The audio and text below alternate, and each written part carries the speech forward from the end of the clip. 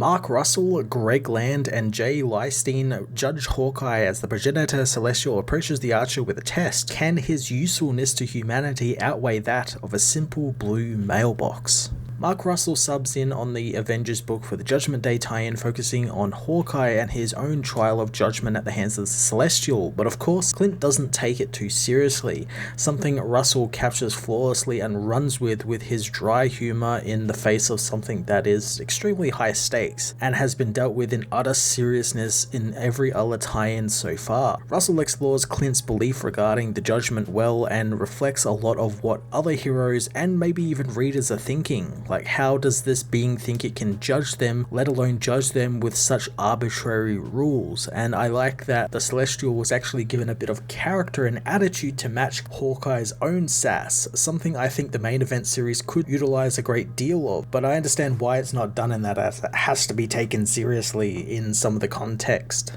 One of the great things a tie-in can do is also be really standalone and something you can just keep up with even if you aren't reading the main event it ties into, and this issue does that, giving you a quick rundown on the Judgment Day premise, but no prior knowledge of the event or current Avengers run is required, and you could just take it off as a one-shot Hawkeye adventure.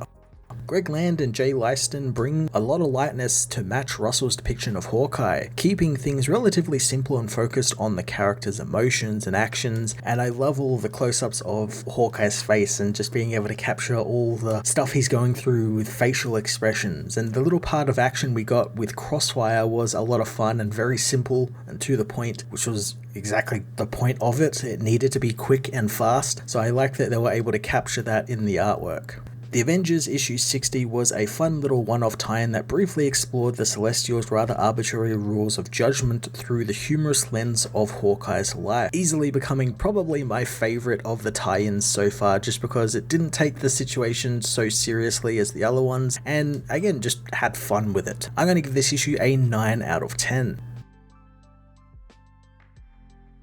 The Avengers issue 60 sees the blood-soaked Hawkeye casually walking down the New York streets, assuring onlookers that the blood is not human. Clint packs up his bow and heads into a small diner, telling himself that problems can be solved with a bow and arrow are narrow, but when you do find one of these problems, all these years of devoting yourself to a single weapon that predates pants makes sense, and it's the rest of the time that you have to ask yourself, what are you doing with your life? Clint asks a waitress for the bathroom key, ordering 2 cheeseburgers and assuring her he wants fries, since he's not a monster. After cleaning up, he thinks about how you find yourself covered in blood and you've made some poor life choices in that case, but at a certain age you wake up and realize all the real choices in life have already been made. Clint finds Black Widow waiting for him, but Natasha says that they are the Celestial appropriating Black Widow's identity. Clint tells her that sarcasm is the lowest form of wit, thinking he heard that off of a box of Cracker Jacks. Nat asks if she can have some of his food since she can only eat in a corporeal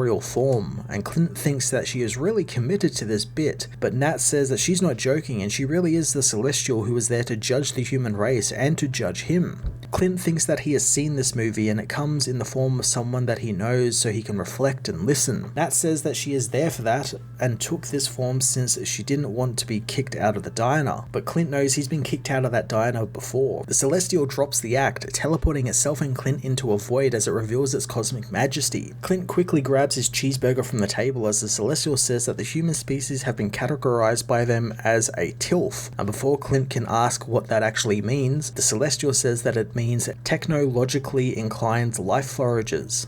meaning that they are self-destructive and like an audience and are curious, so they spread themselves into everywhere and get into everything. The Celestial reveals that TILFs aren't a good thing as it returns them to the diner, telling Clint that it's best for a Celestial to intervene with TILFs early on and judge them, and the being says that they are there to judge Clint, but Clint asks a question, hypothetically asking if he was to take his bow and then kill a bunch of people in the street, all because their actions don't meet his arbitrary standards, would he pass the test? But the Celestial thinks that their standards aren't arbitrary and are complicated and not up to Clint's understandings. Clint understands that they are just playing in their celestial pool, but he knows that they only judge them because they are powerful enough to force their judgment upon them, and the celestial can't fool itself into thinking that they are better. Clint pays his bill and leaves the diner, telling the celestial that they haven't thought this all through well enough to come up with a baseline, wanting to know what it's comparing his existence to. The celestial relents, knowing that if he wants a baseline, he will get one, asking if Clint's life has brought enough joy and meaning to the universe than the metal blue box across the road. Clint looks over at what is clearly a mailbox, finding it interesting but still doesn't want to play the game, not caring that he has no choice in the matter. He gives his leftover burger to a nearby dog as the celestial tells him he has 24 hours and she suggests he pad out his stats and take this seriously. Clint heads home and watches some crappy TV, soon getting a phone call which tells him the alien he was meant to hunt recently actually survived his attack and is now free in the city. Clint figures that he should probably tell the mayor, heading into the street as he watches many people deposit their mail into the blue mailbox, loving it for helping them out and being so convenient. Clint begins to think that he might actually lose this cosmic sweepstakes to a mailbox.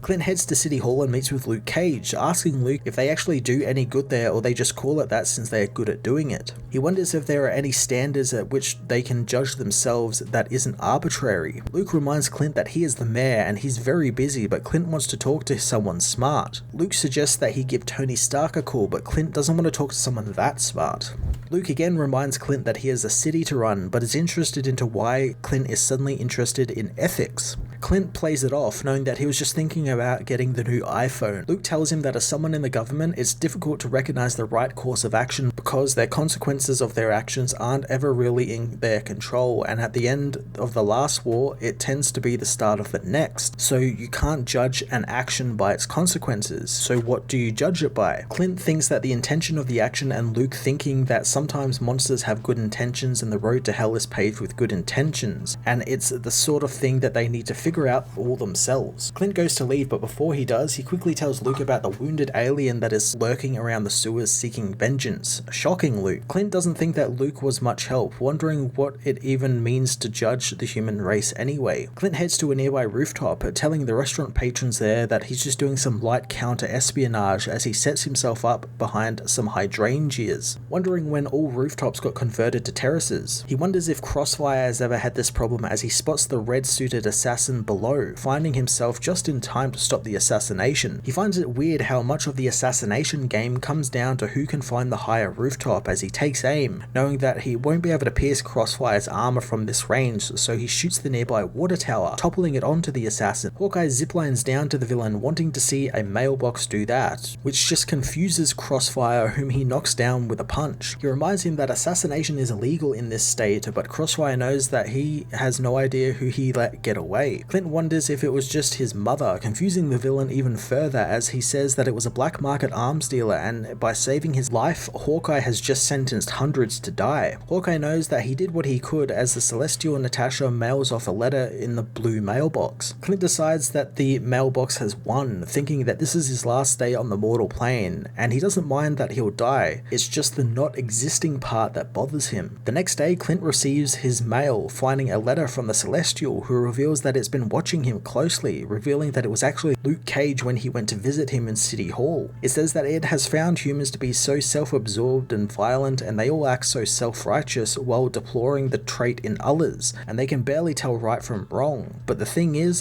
this is a trick question, since there is no right answer and every decision is based on the needs of the moment, and there are more possibilities to consider than atoms in the universe, and the only hope is to become better and smarter beings each time it's asked of them. The Celestial notes that Clint has grown as a person, something which a mailbox cannot physically do, so he passes judgment, but they will be watching him from time to time, so he should act like someone is always watching until he's wise enough to act like no one is.